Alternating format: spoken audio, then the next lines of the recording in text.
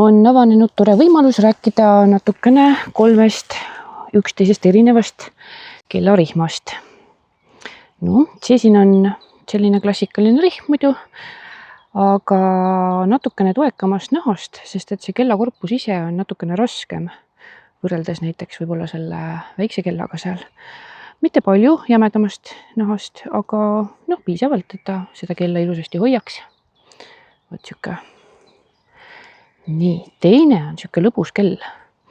Temal on siuke värviline numbrilaud seal ja nii et siis on tal kirjatud rihmi siukse huvitava kujuga sai ka teha teist. Iseärasus on tal selline, et see rihm kinnitub seal plaadi all olevate siukeste nagade külge ja siis plaat kruvitakse tagasi kinni sinna. Aga hoiab ikka, niimoodi ta mõeldud ongi, nii et pole põhjust kahtlustada. Võt siuke vahva. Ja 3. rihm on selline, et on valmistatud nii, et ükski metallosa ei puutuks vastu kandja kätt.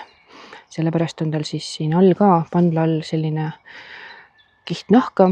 See on osaliselt siia kinnitatud ja teiselt poolt naisterahva kellale, et mitte üleliia massiivseks minna, siis sai poolel teil otsa lõpetatud. Natuke huvitavam ka võib-olla. Võt siuke ilus. Võt siuke vahva kolmik, jah.